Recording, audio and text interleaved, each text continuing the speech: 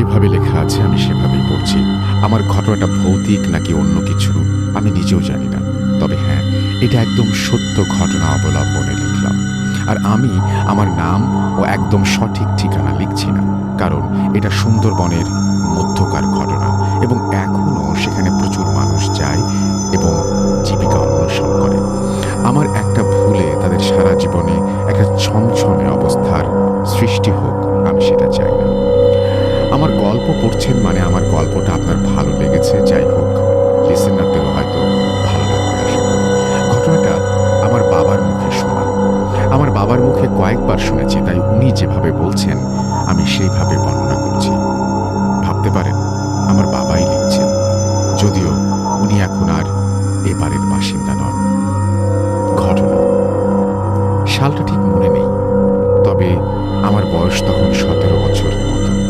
সংসারের অভাব অনটনের জন্য লেখাপড়ার পাঠ আগেই চুকিয়ে সুন্দরবনে মাছ ধরতাম। সেখান থেকে একটা মাছের ডিপোতে মুহুরির চাকরি পেলাম। মাছের ডিপো বলতে সুন্দরবনের জেলেরা যেখানে মাছ বিক্রি করে। তো আমার একটু টাকার প্রয়োজন বেশি ছিল, তাই নিজেই কর্মচারী, আবার নিজেই মুহুরি।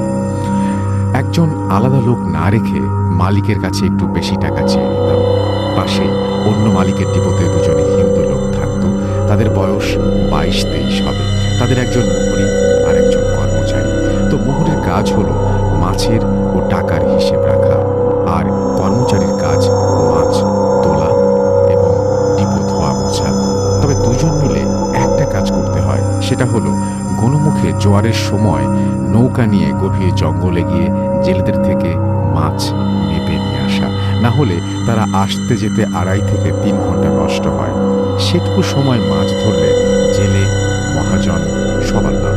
তো আমার ওই হিন্দু দুজনের সাথে ও মালিকের সাথে খুব ভালো সম্পর্ক ছিল। ওদের সাথে একসাথে আমি জঙ্গলে যেতাম, তবে আমার ও তাদের নৌকা আলাদা। তো ঘটনার দিন আমি কিছুটা অসুস্থ ছিলাম, মানে জ্বর ছিল। হালকা বৃষ্টি হচ্ছিল সন্ধ্যা থেকে। জোয়ার শুরু রাত আনুমানিক 2:30টার দিকে। তো আমি সন্ধ্যায় ওদের বললাম যে বৃষ্টি হচ্ছে, আবার একটু আমি অসুস্থ, যদি ঘুমিয়ে পড়ি তাহলে আমাকে ডাক দিস যাওয়ার আগে। ওরা সম্মতি দিল। রাতে ওরা কি যেন ভেবে মত পরিবর্তন করলো। ওরা চিন্তা করলো যে আমি অসুস্থ, আমাকে না ডেকে ওরা চলে যাবে এবং আমাদের জেলেদের মাছও ওরা নিয়ে যাবে। রাত আনুমানিক 3টা, ডিপোতেই শুয়ে আছি। হঠাৎ কে যেন আমাকে নাম ধরে ডাকলো। আমি স্পষ্ট শুনতে পেলাম, মনে হলো সুকুমারের গলা। আমি ডাকের উত্তর দিলাম, তোরা নৌকা খুলতে থাক, আমি আসছি। আমি জেলেদের জন্য পান সুপারি, বিড়ি, ম্যাচ আর দাড়িপাল্লা ও ছুরি নিয়ে নৌকায় আসলাম। ডিপোগুলো নদীর পাড়ে হয় আর ডিপোর খুঁড়িতে নৌকা বাঁধা থাকে, কিন্তু ওখানে সুকুমারদের নৌকা দেখতে পেলাম না। আমি কিছুটা অবাক হলাম, মাত্রই তো আমাকে ডাকলো। যাই হোক, ভাবলাম আমার দেরি হয়েছে, তাই মনে হয় আগে আগে যাচ্ছে। যদিও আমি মোটেই দেরি করিনি। বিসমিল্লাহ বলে নৌকা ছাড়লাম। ওরা দুজন নৌকা বাইছে আর আমি একা। স্বভাবতই আমার পেছনে থাকার কথা, আমি সেটা মনে করে নৌকা বাইছি। বড় নদী রেখে একটা ছোট খালে এসে পড়লাম। এই খালটা বেশ দূরের এবং আঁকাবাঁকা, কয়েকটা ছোট শাখাও আছে। নিয়মিত যাতায়াত না করলে যে কেউ পথ ভুল করে। হালকা বৃষ্টি হচ্ছে, খালের এপারে গাছের ডালপালা ও ওপারের গাছপালা সাথে মিশে আছে। ঘুটঘুটে অন্ধকার, তবে আমার নৌকার ছুঁয়ের মধ্যে একটা বড় ল্যাম্প আছে, যেটা টিনের কৌটায় সলতে দিয়ে বানানো এবং কেরোসিনের দ্বারা চলে।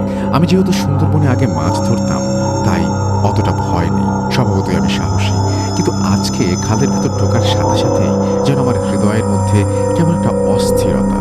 এমনিতে আমি অসুস্থ, তার উপর বৃষ্টি, আর এই ভয়ঙ্কর জঙ্গলের পথে আমি একা। আমি ভাবছি ওরা আমার থেকে খুব দূরে না, কারণ খালে অল্প দূরত্বে নৌকা চালিয়ে গেলে পানিতে এক ধরনের সাদা দাগ পড়ে, যা অন্ধকারে বোঝা যায়। তো আমি সেই সাহসে নৌকা বাইছি।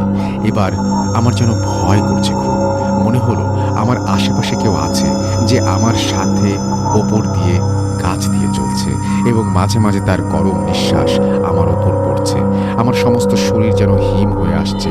আমি তো মাত্রই খালের ভেতর ঢুকলাম, এখনো অনেক পথ, কিন্তু মনটাকে আজ আর ভয় মুক্ত করতে পারছি না। একবার মনে হলো আমি সুকুমারের নাম ধরে ডাকি, কিন্তু আবার নিজেকে প্রবোধ দিলাম যে ওরা আমার সামনে এই বিশ্বাস নিয়ে আজকে যেতে হবে। যদি ডাকের উত্তর না আসে তাহলে এই যখন ভাবছি ঠিক তখনই আমার পেছনে একটা গাছের ডাল বিকট শব্দে ভেঙে পড়ল। আমি আর আমার মধ্যে নেই, পেছনে তাকাইনি, আমি শুধু দোয়া পড়ছি আর নৌকা বাইছি সকল শক্তি দিয়ে। কতদূর আসলাম, কতদূর বাকি ছিল কিছুই জানি না। এমনিতেই আমার জানটা আমার মধ্যে নেই। এর ভেতরে হঠাৎ হঠাৎ জঙ্গলের মধ্য থেকে কেন যেন বাচ্চা বা মহিলার ভয়ার্ত গোঙানি বা আর্তনাদের মতো শোনা যাচ্ছে, তবে বেশি দূরে মনে হচ্ছে না। এরকম তো আগে কখনো শুনিনি বা হয়নি। আমি তখন আর নৌকা বাইতে পারছি না। বৃষ্টি আর জ্বরের শীতের মধ্যেও আমি স্পষ্ট ঘামছি। আমার আজকেই জীবনের শেষ দিন, তাই জোরে জোরে কালেমা পড়ছিলাম, আস্তাগফিরুল্লাহ পড়ছিলাম, কিন্তু শব্দ করে পড়ায় প্রতিধ্বনিত হচ্ছিল চারিদিকে। এতে আমার ভয় আরো বাড়তে থাকে। হঠাৎ সামনে থেকে একটা বাতাস এসে আমার আলোটা নিভিয়ে দেয়। আমি চোখে আর কিছু দেখতে পাচ্ছিলাম না। দ্রুত ছোঁয়ের মধ্যে গিয়ে ম্যাচটা নিয়ে ল্যাম্পটা জ্বালালাম, আবার বাইতে থাকলাম আর আল্লাহ আল্লাহ বলে জিকির করতে থাকলাম। কিছুক্ষণ পর অনেক দূর থেকে একবার বাঘের হুঙ্কার শুনলাম। কি ভয়ানক! মাটি ফাটা ডাক। আমার বুক শুকিয়ে যাচ্ছে। 30 সেকেন্ড পর আবারও ডাকলো। এবার মনে হলো খুব কাছে। তৃতীয়বার যখন ডাকলো তখন মনে হলো একেবারে খাল পাড়ে, আমার নৌকার 100 হাত সামনে। আমার আর সামনে যাওয়ার সাহস নেই, তবে পেছনে যাবারও কোনো সুযোগ নেই, কারণ উজান ঠেলে যাওয়া কোনোভাবেই সম্ভব নয়। আমি কিছুক্ষণের জন্য যেন নরকের মধ্যে আছি, এরকম মনে হচ্ছিল। টিপ টিপ বৃষ্টির মধ্যে এতটা অসহ্য গরম, তার সাথে মাঝে মাঝে বনের মধ্যে পানিতে গাছের আজব সব শব্দ। আবার নিভে গেল আলো। আমি আর ধরাতে পারলাম না। খুব বাতাস হচ্ছিল, তাই আলো জ্বলছিল না, কিন্তু অন্ধকারে তো আমি সবার জন্য খাদ্যে পরিণত হব। 7-5 না ভেবে জেলেদের বিড়ি ধরালাম। জীবনে প্রথম বিড়ি মুখে নিলাম। না, ধূমপানের জন্য নয়, জীবন বাঁচাতে একটু আলো জ্বালিয়ে রাখার তাগিদে। এভাবে একসময় মরতে মরতে নিজেই সাহস নিলাম। যাই হয়ে যাক হোক, আমার আশেপাশে কেউ নেই, আমাকে আমার জন্য লড়তে হবে। সাহস নিয়ে সব উপেক্ষা করে নৌকা চালাতে থাকলাম। এতক্ষণে চলে আসার কথা ছোট খাল থেকে বের হয়ে আর একটা বড় নদী। তখন ভয়টা কিছুটা কম, কারণ সেখানে মাঝে মাঝে নৌকা দেখা যায়। সেই রাত, সেই খাল আর শেষ হতে চায় না। একটা সময় দূর থেকে বড় নদীর দেখা পেলাম, তবে ওটুকু যেন যেতে আমি পারছি না। মনে হলো যেন আমাকে কেউ তুলে নিল, পেছন থেকে কিছুতে টেনে নিল। মহান আল্লাহর রহমতে একসময় আমি নদীতে আসলাম।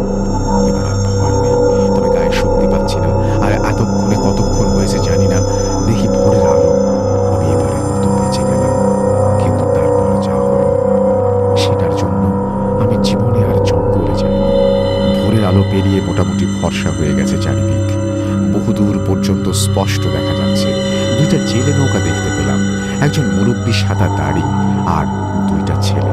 মুরব্বী পরিষ্কার, কিন্তু ছেলে দুটো কালো। মুরব্বী এক নৌকায় পা পানিতে ঝুলিয়ে বসে তসবিহ করছে, আর ছেলেটা রান্না করছে। মুরব্বী আমাকে ইশারায় ডাকলেন, আমিও গেলাম, কারণ আমার পানির পিপাসা ছিল। আর এতক্ষণ পর মানুষ দেখলাম। আমি নৌকার পাশে নৌকা রাখতেই মুরব্বী বলল, আব্বা, তুমি তো মেলা ভয় পেয়েছো। আমি অবাক হই। মুরব্বীকে দেখে আধ্যাত্মিক মনে হয়নি, এই জন্য উনি আমার হাত ধরে কি যেন বলে অনেকক্ষণ পর একটা ফু দিলেন। আমার শরীর থেকে কি যেন বের হয়ে গেল। আমি একদম ফ্রেশ হয়ে গেলাম। অবাক ব্যাপার, আমার গায়ে জ্বরও নেই। আমি পানি খেয়ে মুরব্বীকে ভেঙে বললাম সব। উনি বললেন, তোর মায়ের দুধের জোর অনেক বেশি, তাই তুই বেঁচে গেছিস। তুই যা, তোর জেলেদের থেকে মাছ নিয়ে আয়, আর যাওয়ার সময় আমার মাছগুলো দিয়ে যাস। আমি চলে আসলাম। এসে দেখি আমার জেলেদের মাছ সুকুমার মেপে নিচ্ছে। আমাকে দেখে ওরা সবাই ভূত দেখার মতো চমকে উঠল। ওরা ভেবেছিল আমি একা একা আসতে পারবো না, তাই আমার জেলেদের বলেছি ও আজকে আসবে না, মাছ আমাদের দিতে বলেছে। আমাকে দেখে ওরা লজ্জা পেল। সব শুনে আমার জেলেরা এক প্রকার ওদের মারতে উপক্রম হলো। এমনকি ওদের জেলেরাও ওদের ওপর রেগে গেলেন।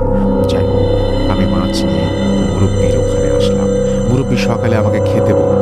আমিও মাছের তরকারি দিয়ে খেলাম। কি স্বাদ! কিন্তু অবাক ব্যাপার হলো, ওনার ছেলে দুটো এতক্ষণে একটা কথাও বলেনি, চুপচাপ। বোবা বললেও ভুল হবে না।